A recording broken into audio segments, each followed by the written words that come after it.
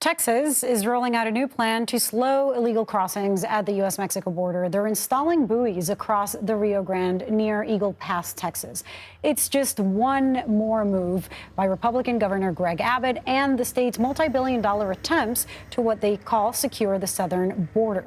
CBS News immigration reporter Camilo Montoya-Galvez joins us now here in Studio 57 with more. First of all, Camilo, we see a little bit of the imagery. I was looking at some photos online.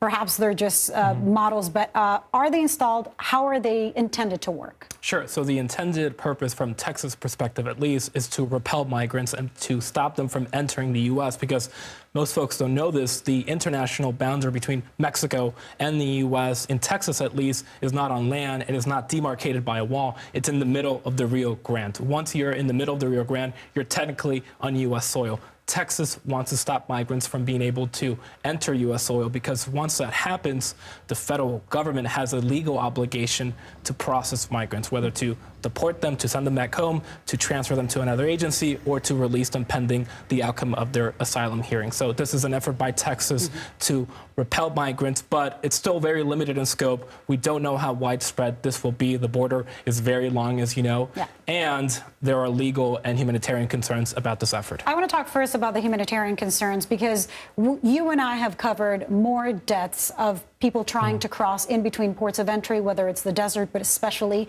drowning in water, including children. That was my first thought. Talk to me about those concerns. The chief humanitarian concern is that this could lead migrants to drown. As you know, drownings have become increasingly common, unfortunately, along the U.S.-Mexico border. In fiscal year 2022, more than 800 migrants died trying to cross the U.S.-Mexico border, and many of them were drownings. That's not only a record, but it's also likely an undercount because the government cannot adequately track all of these cases. Right. And the legal concern is that, again, it is the federal government's responsibility to enforce federal immigration and asylum laws, not Texas. And that was my next question. Right. I mean, we know that it is the federal government's jurisdiction, not the state of Texas.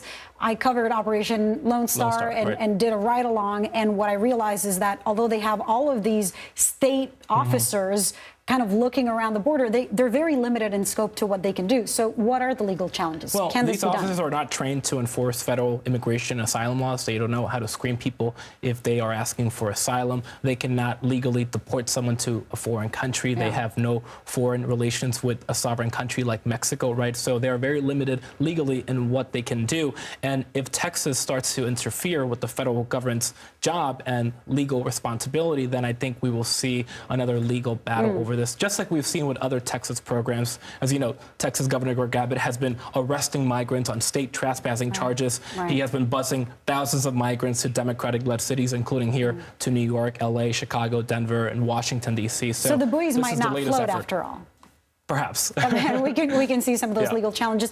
And I mean, this is just, I'm curious about maybe environmental concerns, like you're messing with the flows of water, where you could be messing with Mexico's water currents. Is that a thing? Yeah, because there's something important that we have to underscore here. The reason that none of the border barriers along the border are on the actual international boundary is because if you put a barrier alongside the river, on the riverbanks, there are flooding concerns, and there are issues with corrosion and the fact that the barrier could collapse. So that's why the barrier is not on the actual physical land border. So that's an issue that I think some environmental advocates would certainly raise. So it could be a concern for both federal governments on both sides of the water border. I understand, Camilo, that you have some reporting about yet another child who has died in the custody of our federal government, another migrant child. Yeah, a 15-year-old unaccompanied child from Guatemala died in federal government custody earlier this week on Monday. This was an unaccompanied child from Guatemala who had crossed the U.S.-Mexico border in May,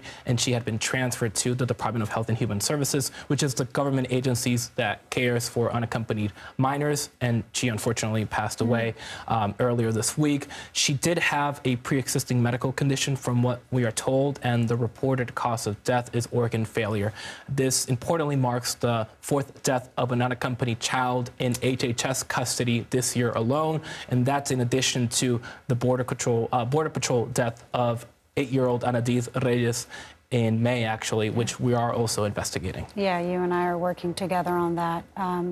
So unfortunate. Camilo, thank you so much for your reporting.